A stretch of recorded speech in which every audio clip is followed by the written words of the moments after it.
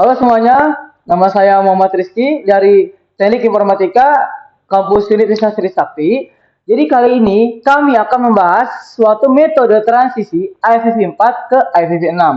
Berikut ini adalah referensinya, ada 3. Yang pertama Third Generation Internet Revealed, yang kedua Data Communication and Networking, dan yang ketiga Handbook of IPv4 to IPv6 Transition. Linknya ada di bawah sini ya. Untuk selanjutnya, introduction. Introduction untuk IPv4, IPv6, dan kenapa butuh transisi. Pertama-tama, saya akan menjelaskan IP, Internet Protocol. Internet Protocol itu merupakan fondasi dari sistem komunikasi modern di jaringan komputer.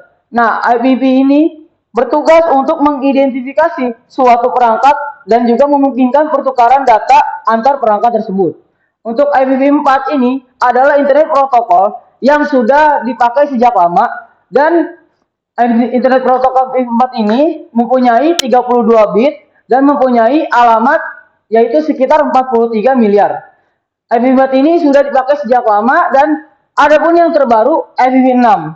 IPv6 ini bukan penggantinya IPv4, tetapi dia kembangannya lagi dari IPv4. IPv6 ini mempunyai sekitar 128 bit, dan juga IPv6 ini alamatnya sangat banyak sekali dan tidak habis seperti IPv4. IPv6 ini mempunyai alamat sekitar 340 miliar triliun andesiliun. Nah, kenapa butuh transisi?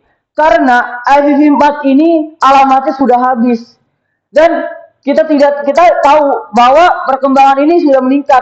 Sistem keamanan itu dan sistem modern ini sudah butuh banyak alamat yang banyak, makanya kita perlu IPv6 ini.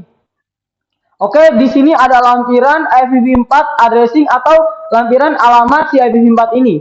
Nah, dia mempunyai 3 format, binary, desimal, dan juga hexadesimal. Nah, untuk contohnya ini dia ada 32 bit, yaitu bitnya itu 128, 11, 3, dan 31. Nah, untuk desimal ini dijadikan hexadesimal 80, 0B, 03, 1F. Nah, kenapa 2 pangkat 32? Karena yang kayak tadi, dia punya IPv4 ini punya 32 bit. Makanya itu jumlah alamatnya ini 4.294 dan sebagainya. Untuk selanjutnya IPv6. Oke, jadi kali ini lanjutan dari IPv4. IPv6 addressing atau pengalamatan IPv6. IPv6 ini punya 2 format, yaitu binary dan kolon hexadesimal. Nah, di sini untuk binary ini IPv6 ini punya 128 bits. Binary ini satu ada panjang di sini. Ini yang kedua di sini. Nah, untuk kolon hexadesimal dia penyederhanaan dari binary. Si kolon hexadesimal ini. Yang ini penyederhanaan dari sini. Nah, kalau yang FF0 ini sederhanaan dari binary yang panjang ini. Nah, di sini IPv6 ini punya rumus zero compression, yang punya syaratnya itu 0 yang di depan bisa hilang. Seperti contohnya ini.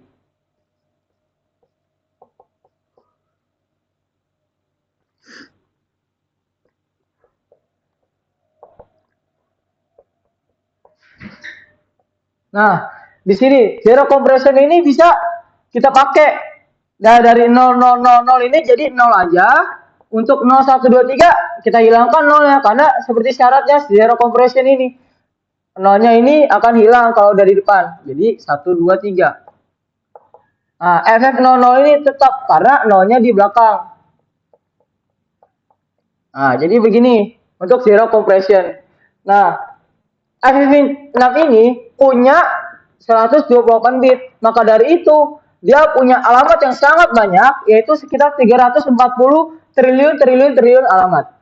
Nah, kita di sini masuk materi coexistence untuk dual stack dan dual stack lite. Dual stack ini menjalankan suatu pengalamatan IPv4 dan IPv6 secara bersamaan. Seperti contoh di bawah ini. IPv6 dan IPv4 dijalankan secara bersamaan. Namun, dual stack lite ini berbeda. dia hanya menjalankan IPv6, tetapi IPv4 ini jadi via tunneling. Misalkan saya contohkan untuk komputer yang kedua ini IPv6-nya. Nah, ini untuk IPv4-nya hilang. Jadi via tunneling si IPv4 ini. Nah, maka dari itu ini adalah suatu sistem coexistence dual stack dan dual stack light. Oke, di sini saya Nino akan menjelaskan tentang tunneling. Di sini tunneling ini ada 6 in 4, 4 in 6, 6 to 4, 6 over 4, dan Teredo. Pertama-tama di sini saya akan ngejelasin tentang 6 in 4. Di sini 6 in 4 itu sistemnya tuh kurang lebih kayak pengiriman paket. Di sini tuh IPv, kita punya data IPv6. Terus datanya ini kita enkapsulasi. Di, di enkapsulasi itu pakai apa sih? Pakai header IPv4. Kenapa sih pakai header IPv4? Ini tuh biar dikirim ke device biar uh, dibacanya tuh IPv4 paketnya. Terus ketika udah nyampe di device-nya baru di dekapsulasi headernya ini dihapus biar ntar ketika nyampe di device-nya uh, IP data IPv6 ini udah terbaca gitu di device-nya. Oke, lanjut kita langsung ke 6 over 4. Di sini 6 over 4 itu kurang lebih sama kayak 6 in 4. Bedanya itu dia multi case IPv4. Terus ini sulit diterapkan. Kenapa sulit diterapkan? Tadi kan udah dijelaskan kan 6 in 4 itu sistemnya kayak uh, data IPv6, TPC sama TCP ya. Sorry. TCP sama data. Nah, ini tuh datanya. Nah, ini kan headernya kan. Nah, ini headernya. Ini tuh dibungkus sama IPv4. Ini kan 6 in 4. Nah, bedanya itu dia tuh multicast. Maksudnya multicast apa sih? Jadi si IPv6 ini dia tuh nggak punya multicast-nya IPv4. Tapi walaupun IPv4 ini punya multicast-nya, IPv4 ini nggak nerapin multicast-nya. Jadi ya kenapa sulit diterapkan ya karena IPv4-nya nggak nerapin multicast-nya juga, walaupun IPv4-nya bisa ngelakuin multicast. Oke, kita lanjut ya ke 6 to 4. Oke, di sini 6 to 4 itu bergantung pada router relay 6 to 4 untuk ditranslasi. Di sini host A dia tuh punya alamat, bukan alamat, dia tuh punya data kayak gini kan, data tersebut lah. Datanya ini tuh berbentuk IPv6.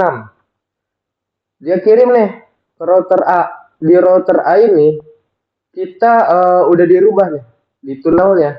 Ini kan datanya kan. Kita kirim nih di 6 to 4 tunnel. Jadi itu ini tunnel kan. Datanya dikirim, diterima oleh 6 to 4 relay. Nah, disinilah datanya dirubah nih. Dari 2002 ini dirubah di tunnel router B. Dari router B baru nih, dikirim ke host B-nya. Datanya jadi seperti ini, yang tadinya seperti ini. Oke, gampangnya seperti itu. Nah, lanjut ke Teredo. Nah, Teredo ini ekstensi dari basic 6 to 4 tunneling. Jadi ini tuh Teredo tuh ibaratnya apa ya? Basic cara kerjanya 6 to 4-nya lah. Tidak. Jadi tuh ini nggak ideal untuk jaringan kerja tinggi dan lebih lambat daripada metode 6 to 4-nya. Kenapa? Jadi ini tuh sama aja kayak 6 to 4. Bedanya itu ini dikirim kan dari Teredo client-nya. Ibaratnya kalau di gambar yang tadi tuh ini host A. Terus ini dari NAT dikirim ke IPv4 kan. Dari IPv4 ini dikirim dulu nih ke Teredo server. Dikirim ke Teredo server baru nih dibacanya IPv6, IPv6 network dikirim ke Teredo relay. Nah, diputar lagi tuh ke Teredo server baru diterima oleh IPv6 host. Seperti itu.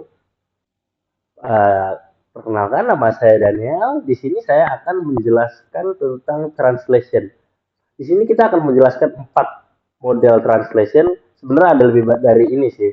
Di sini kita hanya menjelaskan SIIT, bump in the stack, bump in the API, dan NAT64 dan DNS64. Sebenarnya ada lagi, mungkin seperti NATPT, ada transport relay, cuma 4 ini yang lebih sering dipakai. Yang pertama, itu ada stateless IP ICMP translation. Dia sifatnya stateless, artinya setiap paket itu diterjemahkan secara mandiri. Dia tidak, jadi nggak berurutan. Paketnya masuk, langsung diproses, nggak perlu harus diurutin dulu paketnya dari awal sampai terakhir. Cara kerjanya, dia itu mengubah header dari IPv4 menjadi header IPv6 ataupun sebaliknya, tergantung pengirimnya dari siapa dan tujuannya kemana. Pertama dia akan mengirim dari IPv4, misalnya kita mau ngirim data ke IPv6. Dari saya akan contohkan.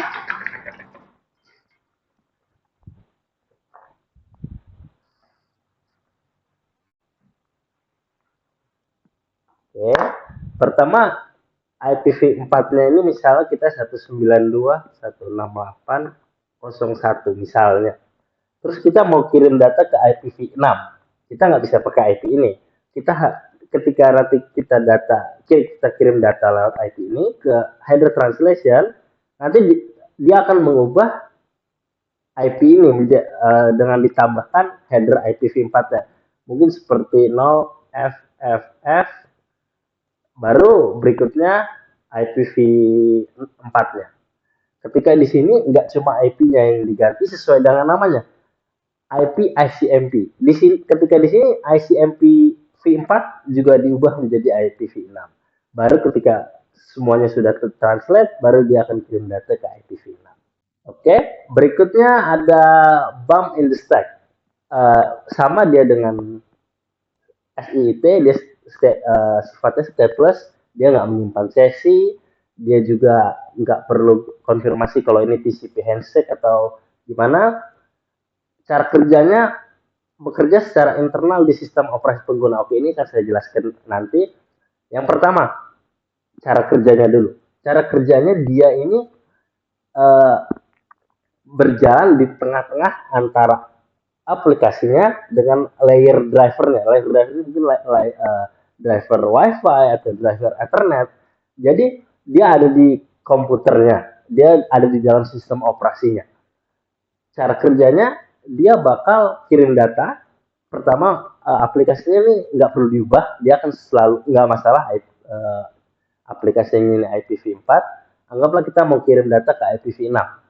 Hal yang pertama dilakuin adalah dia akan pergi ke name resolver dan dia bakal query DNS-nya. Dia bakal ngecek tujuannya ini IPv6 atau IPv4.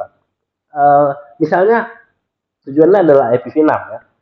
Dia akan balik ke network resolver dan dia akan substitusi IPv6 itu dengan IPv4. Jadi aplikasinya tahunya ini, oh ini IPv4 gitu. Padahal enggak, dia udah diganti oleh address mapper ini. Ketika udah balik ke IPv4, IPv4 kirim data. Nah, di sini dia kerjanya. Ketika dia kirim, dia translate itu IPv4 yang dikirim oleh aplikasinya, dia ganti dengan IPv6 tadi yang udah disubstitusi di address mapper. Baru dia kirim. Kelebihannya ya dia cepat sih karena stateless dia tuh nggak nyimpan sesi, dia langsung ada di sistem operasinya di komputernya gitu. Tapi jeleknya ya begitu, dia tuh harus mengubah stack jaringannya. Dia tuh sistem operasi kita tuh harus diubah, dia harus dimodifikasi buat masukin fitur ini karena dia mengubah stack jaringannya. Oke, berikutnya adalah bump in the API. Dia mirip dengan bump in the stack. Aplikasi kita nggak perlu kita ubah jadi IPv6. Dia akan misalnya kita mau transfer data ke IPv6, aplikasi kita bakal stay di IPv4. Cuma dia ada intercept API-nya. Mungkin seperti WinSock kalau di Windows ya. Jadi pertama dia bakal hampir mirip cara kerjanya dengan Bump in the Stack, cuma dia nggak modifikasi stack jaringan. Jadi dia nggak perlu modifikasi di OS-nya. Dia mirip juga, tapi ketika dia mau kirim data, dia itu akan di-intercept sama socket API-nya. Jadi dia bakal uh, secara diam-diam gitu kayak dia ngubah uh, alamat yang dikirim oleh IPv4 ini bakal ditranslate sama dia langsung jadi IPv6. Mungkin kalau kita kasih analogi, mungkin kalau misalnya kita mau ngomong sama orang Jerman misalnya, terus kita ngomong ke translatornya. Translatornya ini langsung terjemahin ke orang Jermannya pakai bahasa Jerman. Gitu. Kita nggak perlu tahu apa-apa. Seperti itu. Kelebihannya mungkin dia nggak perlu modifikasi OS, jadi lebih mudah implementasinya. Tapi uh, kekurangannya nggak semuanya itu API tersupport. Jadinya banyak yang nggak support API-nya, terus juga bisa dibilang untuk API yang spesifik itu belum terdukung. Jadi hanya sebagian sedikit aja yang bisa pakai BMD API. Oke, yang terakhir ini kita bicara tentang NAT64 dan DNS64. Kita fungsinya satu-satu kita jabarkan ya. Kalau untuk NAT64 dia itu buat menerjemahkan IPv4 ke IPv6-nya. Jadi dia misalnya IPv6 mau komunikasikan dengan IPv4, NAT64 ini tugasnya buat menerjemahkannya. Dia kadang menaruh header di depan IPv4-nya. Seperti STIT lah kurang lebih. Tapi dia butuh DNS64 buat di level DNS. Jadi si IPv6 ini dia nggak bisa nge-resolve DNS. Jadi dia butuh DNS server buat nge-resolve DNS-nya itu. Saya kasih gambaran seperti ini. Oke. Jadi cara kerjanya dia harus IPv6 kita sebagai klien mau berhubungan dengan server yang cuma bisa menerima IPv4. Hal yang pertama dilakukan oleh NAT64 DNS64 adalah dia kirim dulu. Dia bakal cek dulu website ini dia IPv4 atau IPv6. Dia kirim dulu cek recordnya ke server DNS64. Oh, terus dia cek, oh ternyata kamu berhubungan sama server yang cuma bisa menerima IPv4. Oke, dia buat record temporer lah bisa dibilang, sintetik temporer. Dia kirim IPv4, IPv6 yang bisa diterjemahkan ke IPv4 nanti di NAT64. Dia akan kirim itu ke DNS server, dia akan kirim itu ke IPv6. Oh ini kamu kalau mau berhubungan sama IPv4, kamu pakai IP yang ini ya, gitu. Oke, dia kirim ke NAT64 IP tadi, IPv6 yang dikasih oleh DNS64 oleh NAT64, dia translate itu IPv6 ke IPv4, jadi dia bisa koneksi dengan IPv4. Tapi setelah IPv4 ini terima datanya, IPv4 bakal kirim acknowledgement ACK. Dia bakal kirim lagi ke NAT64, bentuknya IPv4 akan diterjemah nanti oleh NAT64 ke IPv6 ke kita klien. Seperti itu. Oke. Untuk kesimpulannya kita bisa ngambil dari awal kenapa sih kita butuh transisi? Karena alamat IPv4 yang udah makin habis, kita makanya coba melakukan transisi ke IPv6. Apakah IPv6 bakal habis? Mungkin saja pada generasi internet kedua waktu ketika IPv4 dibuat, mereka nggak bakal mengekspektasi gitu kalau semua orang bakal punya device lebih dari satu. Mungkin ketika IPv4 ada 4 miliar, nggak mungkin dong dulu satu orang bakal magang satu perangkat yang punya satu IP. Faktanya nggak sekarang. Satu rumah, satu household bisa punya banyak IP. Sekarang nggak cuma handphone aja atau laptop, tapi TV udah pakai internet, dia butuh IP. atau kulkas atau mesin cuci atau bahkan printer. Sekarang semua udah pakai internet. Jadi apakah mungkin di kedepannya IPv6 bakal kurang? Mungkin saja, kita nggak tahu, kita nggak bisa menebak itu. Tapi dengan metode transisi ini, kita bisa pastikan kalau IPv4 harusnya nggak punya masalah bisa berhubungan dengan IPv6. Kita bisa lihat dari awal tadi teman saya Rizky menjelaskan soal dual stack light, coexistence di mana satu perangkat bisa punya dua IP. Terus teman saya Nino juga bisa menjelaskan tadi soal tunneling, gimana caranya kita membungkus IPv4 dengan header IPv6. Terus kita bisa uh, jelaskan juga metode-metode yang sudah hampir punah seperti Teredo, 6/4. Begitu juga saya barusan menjelaskan soal translation, bagaimana kita bisa menerjemah IPv6 ke IPv4 dengan beberapa cara, DNS64, NAT64, SIT, BAM in the stack, BAM BNTPI, masing-masing punya kelebihan dan kekurangannya masing-masing. Sekian dari saya, tim saya dari Universitas Trisakti. Untuk referensinya dan PowerPoint-nya bisa download di link di bawah ya nanti. Terima kasih dan selamat belajar.